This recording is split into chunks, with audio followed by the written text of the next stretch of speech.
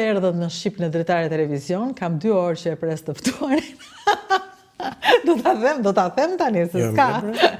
Se di kisha qef tani si ja kështu në fakt. Ja, ku është i ftuar, Elton Çaushi. Kisha qef të thosha që këtë intervistë nuk dua të ndërhyj, dua vetëm ta shijoj. Ti u vonoi 2 orë. Ma nxore për mundësh, Kërkoj shumë djes, po ja kjo. Edhe neve që kemi profesionin të tillë që për pikmëria edhe timing është një nga elementet kryesorë, po shumë mirë. Që bëjmë gabime, shumë keq që unë bëra këtë lëmshin. E sotëm nuk është hera para se fundit, kërkoj shumë djes. Ishte e bukur ajo që erdhe këtu, u afrua te Dritare dhe pastaj shkoi te Klani dhe nuk po na gjente. Kur e pash aty që thoshte Klani, thash boka sens edhe Rudi e paska studion afër Klanit, më bënte sens edhe se pyeta veten fare. Jo, ne jemi tek komuna e Parisit, ne jemi afër Selam Musait, jo afër Kino Studios, për këtë do të na gjejnë, na ngatrohen, po na gjejnë. Gjithsesi, pavarësisht nga adresës, unë jam gjithmonë e kënaqur dhe sot është era e parë që të kam në studio në fakt, sepse gjithmonë në distancë, gjithmonë duke të parë sa gjërat bukura bën edhe duke të dëgjuar propozimet e tua për gjërat e bukura. Dhe sot, kënaqësia ime është të ftoj të tregosh Shqipërinë që njeh ti. Po unë jam i mikluar që të kem vëmendjen tënde që ti të shohësh gjërat që unë bëj, që ne bëjmë bashkë me ekipin e bashkë me kolegë të tjerë.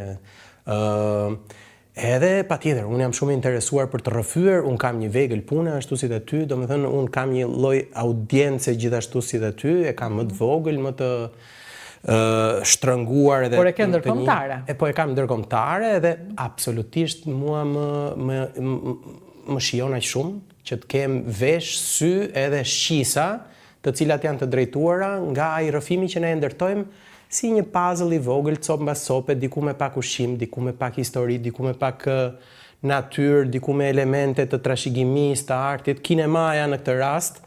Kinemaja shqiptare është shkuara e lavdishme, shkëlqimi dhe rënja e kinemas shqiptare praktikisht. Se ata ende kanë interes, duan të dinë? Po patjetër, kjo historia e kinemas shqiptare patjetër që është intriguese, apo si u ngrit gjithë ajo makineri gjigande rrëfimi, patjetër propagande, patjetër shplarje truri, po gjithashtu dhe një makineri teknike, një makineri artistike me kaq shumë burra e gra të cilët ishin rreth kësaj edhe me plot figura të cilat kanë ushqyer brezin ton, edhe që me pak shpresë mund të arrijnë të frymëzojnë brezin e fëmijëve tan, jo për nga pjesa e propagandës, për nga pjesa e artit, pasionit edhe për kushtimit. Edhe dashurisë për Shqipërinë, edhe gjithë këto elementet muzikore që unë kur nuk harroj që ti vë në pak, kujtim Laron e famshëm etj, domethënë që i rrin shumë mirë çdo brezi apo jo. Sa mirë. Si nise ti ta bësh këtë punë? Pse nise ti ta bësh këtë punë? Që ti e bën shumë mirë një herë. Unë kur të kam parë nuk e di era e parë. Ishte flisje me pasion, flisje me jo vetëm me pasion, se nuk mjafton pasioni, flisje me përgjegjësi, flisje me dashuri për vendin, edhe më bëri jashtëzakonisht përshtypje. Si e nise ti këtë gjë? Po,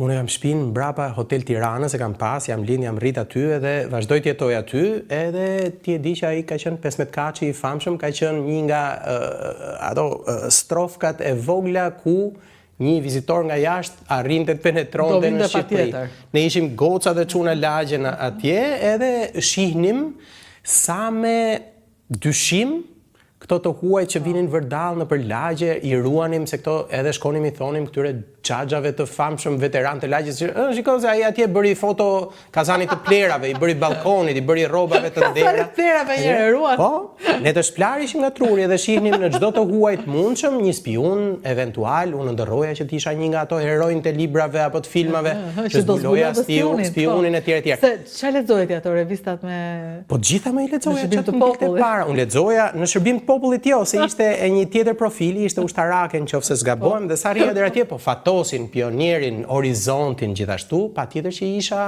audiencë për këto. Unë i pëlqeja ato. Patjetër. Horizontin unë mendoj që me pak shpresë dikush do vi dhe do ta risjelli, patjetër duke hequr atë artikullin e parë që zakonisht i përkiste propagandës, por Horizonti është një botim aq teknik, aq i mirë, aq pasurues, mendoj unë për çdo lloj brezi, se sjell dhe shkencën dhe Ndërkohë që ti flet, ne shoqërojmë gjithkohës me fotot që ti ke bërë gjatë gjithë punës tënde. Vetëm një moment këtu jemi? Këtu jemi në Bylis, në një nga hyrjet që njihen nga Bylisi, kemi këtë zotërin këtu që është një super djalë nga një kompani nga Zyrihu, ai ka një kompani shumë suksesshme të vogël, por këta bëjnë rekuperim sitesh të ndotura, kanë bërë një staff retreat me ne. Para 2 vjetësh, kemi kalu shumë mirë dhe po përgatisim eventualisht një tur tjetër të Shqipërisë, një tjetër staff retreat. Ata po shohin nëse do jetë mundësia gjithashtu që t'i propozojnë qeverisë shqiptare një plan rekuperimi të këtyre siteve të ndotura industriale që mund të jetë metalurgjiku i Elbasanit apo i superfosfati Laçit, pse jo edhe pjesa e Ballçit edhe e Fierit. Nëse ti ku në Fier, interesante. Pra, djali që dikur ndëronte të gjente atë që po fotografonte, atë djali, ata njerëzit përreth, çfarë bëri? Unë isha interesuar që të bëhesh aero dhe të zbuloja një spiun, unë isha gjithashtu i sharmuar nga pantallonat blue jeans, nga bluzet me ngjyra, nga aparatet fotografike etj. Isha komplet i pa zoti në shkenca, matematik, fizik etj, komplet i pa talentum, po isha i interesuar në gjuhë huaja, në histori, në gjeografi etj. Dhe i gjithë kjo kontakti me këto të huajt, e diti si të gjithë ne, brezi jon, duke parë Rajn, Il Mondo di Quark, në qofë se të kujtohet, e gjithë to historit me udhëtim, me fise, nuk ishte asnjë lloj libri që fillonte me aventurat të mos ishe lexuar. Unë të mos isha interesuar. Unë tentoja të gjithë. Edhe plot nga këto librat e ditit të këtyre autorëve anglez të viteve 1900, 1800, sidomos që kishin udhëtimin, aventurën, lëvizjen në një ishull, gjithë filmat e famshëm etj. Bën që unë që fëmijë të ngrija një ëndër, që një ditë unë do jem në sektorin e udhëtimit.